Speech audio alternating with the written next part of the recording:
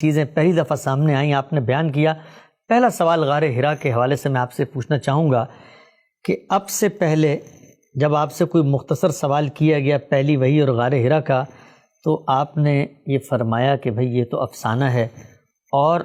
اس کا صحرا جو ہے وہ ان بیچارے صوفیوں کے سر بھی ڈال دیا جو بھی پیدا ہی نہیں ہوئے۔ اب مجھے آپ بتائیے کہ جب آپ نے ابن ہشام کی روایت کو مان لیا اور یہ بات واضح ہوگی کہ غار حرا میں کچھ نہ کچھ ہوا ہے، آپ جاتے تھے، آبا کی روایت تھی، اعتکاف کرتے تھے، تو پھر یہ جو افسانے والی بات تھی اس کی حقیقت کیا ہے؟ غار حرا کیا بحث ایک غار ہے جس کا ذکر ہوتا تھا؟ یعنی یہ بتایا جا رہا تھا کہ ایک غار ہوا کرتا ہے اور فلاں پہاڑ پر یہ غار ہے، اس سے متعلق ایک روایت بیان کی جا رہی تھی۔ مجھ سے جو سوال کیا گیا تھا کیا وہ مکے کے غاروں کے بارے میں تھا؟ سوال یہ تھا کہ عام طور پر یہ مانا جاتا ہے کہ غار حرا میں پہلی وحی آئی، یہ مانا جاتا ہے کہ یہ سورہ الگ کی ابتدائی آیات تھیں، یہ بتایا جاتا ہے کہ اس میں یہ واقعہ پیش آیا، اس کی تفصیلات وہ ہیں جو ہم نے بخاری کی روایت کی صورت میں سامنے رکھی ہیں۔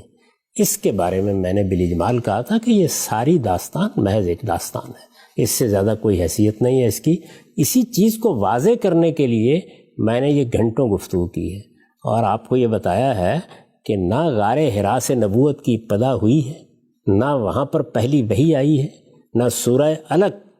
پہلی سورہ ہے، اور خود روایتوں سے واضح کر دیا ہے کہ پہلی ملاقات بھی حرا پہاڑ پر کہیں پہاڑ کے وسط میں جب رسالت مآب صلی اللہ علیہ وسلم وہاں سے بیدار ہو کر آئے ہیں اس وقت ہوئی۔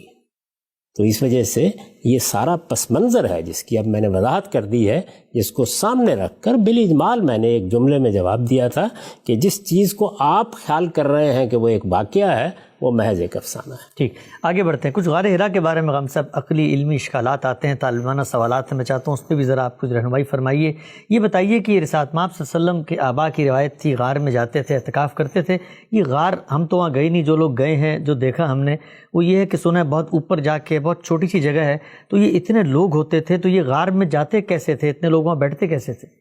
تمام لوگ غار میں کیوں جائیں گے؟ یعنی عربوں کے ہاں تو اب بھی یہ ہے، کبھی صحرا میں جا کے خیمے لگا لیتے ہیں،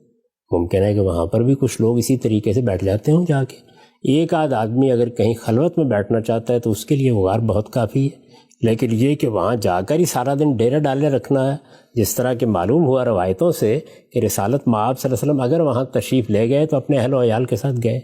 سیدہ نے وہاں کچھ لوگوں کو آپ کی تلاش میں بھیجا، تو اس سے تو صاف معلوم ہوتا ہے کہ اس کے گرد و پیش میں یا لوگ موجود تھے یا عام طور پر ہوتے تھے یا وہاں پر کوئی خیمے وغیرہ لگا کے بیٹھے ہوتے تھے۔ یہ ساری باتیں قیاس کی جا سکتی ہیں، لیکن ان سب کا جواب ان لوگوں کو دینا چاہیے جو ان تمام معاملات کی بنیاد ان روایات پر رکھ رہے ہیں۔ میں نے تو ساری یہ دراز نفسی اس لیے کی ہے کہ میں آپ کو یہ بتاؤں کہ ان روایات کی طرف التفات کی کوئی ضرورت ہی نہیں ہے۔ قرآن مجید نے بڑی وضاحت کے ساتھ تمام حقائق بتا دیے،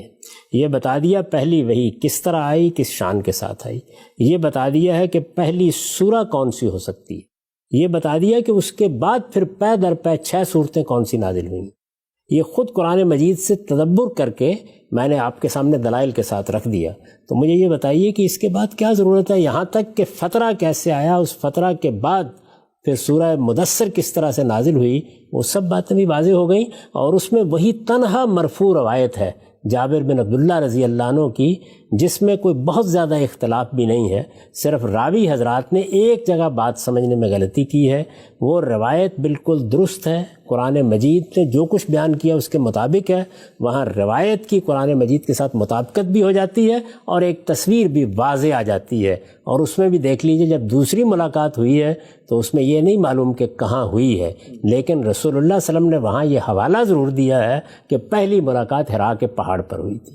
تو یہ حقائق ہیں، ان حقائق کو سامنے رکھ کر دیکھیے کہ میں کیا بات کہہ رہا ہوں اور کس چیز کو واضح کرنا چاہتا ہوں۔